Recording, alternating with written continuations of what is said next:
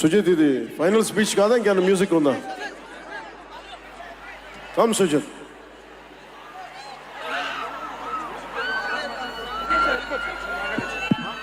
మాట్లాడేచా?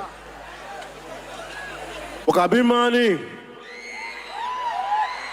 అది కూడా మామూలు అభిమాని కాదు. నిజం చెప్పాలంటే నేను ఎలివేషన్స్ కోసం కూడా అసలు రాయలేదు. అంటే జస్ట్ కళ్యాణ్ గారిని ఈ సినిమాలో జస్ట్ నేను యాక్చువల్గా షూట్ చేశాను అంతే. ఒక పర్సనల్ ఎమోషన్. అంటే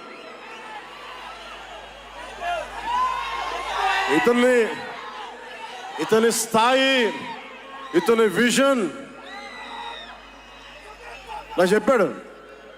ఒక్క సినిమా ఇంకొకటి చేద్దాం సార్ అని అడగాలి ఉండింది, కానీ ఎప్పుడు ఆ ధైర్యం సరిపోలేదన్నమాట. హిట్ అయితే మాత్రం ఒక్కటి తీద్దాం సార్ ప్లీజ్ అన్నాను. సినిమాని చూసి ఆ హెడ్ బ్యాండ్ కట్టుకొని ఒక 4 రోజులు తీయలేదు. వాళ్ళ అమ్మగారు తిట్టి దాచేశారండి. ఆ పిచ్చి పట్టుకుంది. సినిమా తీయాలని చెప్పి సాహో సినిమా తీసిన తర్వాత త్రివిక్రమ్ శ్రీనివాస్ గారు, సుజీత్ అని ఒక యంగ్ డైరెక్టర్ ఉన్నాడు, మీరు చేస్తే చాలా బాగుంటుంది. ఫస్ట్ అంటే త్రివిక్రమ్ గారు దగ్గర నుంచి కాల్ వచ్చి ఇలా సినిమా చేద్దాం అనుకున్నప్పుడు దానయ్య గారిని కలవడం జరిగింది. దానయ్య గారు ఫస్ట్ నుంచి ఒకటే మాట, ఈ సినిమా హిట్ అవ్వాలి. ఇది దీనికి నా దగ్గరికి సుజీత్ని పరిచయం చేశారు దానయ్య గారి ద్వారా. సుజీత్ ఎక్స్ప్లెయిన్ చేసేది తక్కువ, మనకి చేసేది ఎక్కువ. కథ చెప్పేటప్పుడు ఎలా ఉంటుందంటే ముక్కలుగా చెప్తాడు. ఇలా ఉంటుంది, ఇలా వస్తాడు, 80s స్టైల్, మీ గెటప్ ఇలా ఉంటుంది, ఇలా ఉంటుందని చెప్తారు. చిన్న కటానా ఉంటుంది సార్. తీసేటప్పుడు అతని సత్తా తెలుస్తుంది,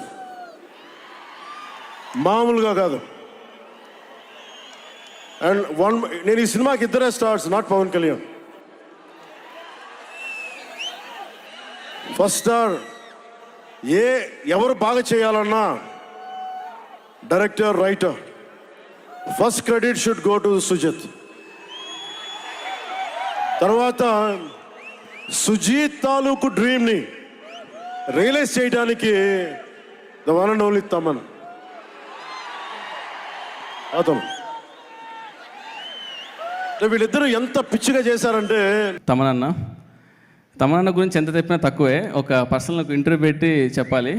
బట్ ఎందుకంటే ఈ జర్నీలో టెక్నీషియన్స్ అనేది ఎంత ఇంపార్టెంట్ అంటే వెరీ వెరీ వెరీ ఇంపార్టెంట్. అంటే మనం ఎప్పుడు సినిమా రిలీజ్ అయిన తర్వాత హై ఉంటుంది, కానీ సినిమా రిలీజ్ అయ్యే ముందు అన్ని లోలే ఉంటాయి యాక్చువల్గా, ఎక్కడ హై ఉండదు. నవీన్ నూలి కానీ వీళ్ళిద్దరు these people work together a lot అనమాట సినిమాలో. నేను యాక్చువల్ కొత్తోడిని, సో వీళ్ళిద్దరు కాన్స్టెంట్ సపోర్ట్ లేకపోతే యాక్చువల్లీ ఇది డెలివర్ చేసేవాళ్ళం కదా. లాస్ట్ మినిట్ వరకు కూడా దే వర్ థ్రైవింగ్ యాక్చువల్గా.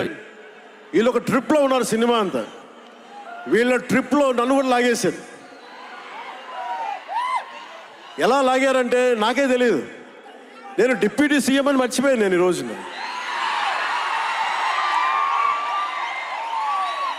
మీరు ఊహించుకోండి, ఒక డిప్యూటీ సీఎం ఇలా కత్తి పెట్టుకొని వస్తే ఎవరన్నా ఊరుకుంటారు చెప్పండి?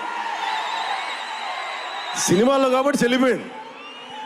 కానీ ఇది మన ఖుషీలో ఈ కటానాని నేను ప్రాక్టీస్ చేసిన కటానా ఫీల్ చూసి నాకు ఇది కావాలి, ఎలా చేద్దాం, దీని చుట్టూ ఒక చక్కటి కథ అల్లి సినిమాని మీకు రంజింపజేసేలా యాక్షన్ కట్ కానీ స్టైలైజింగ్ కానీ చాలా చాలా బాగా చేశారు అది. అలాగే డిఓపి రవిచంద్రన్ గారు క్లాసిక్ విజువల్స్ తోటి, మనోజ్ పరమహంస గారు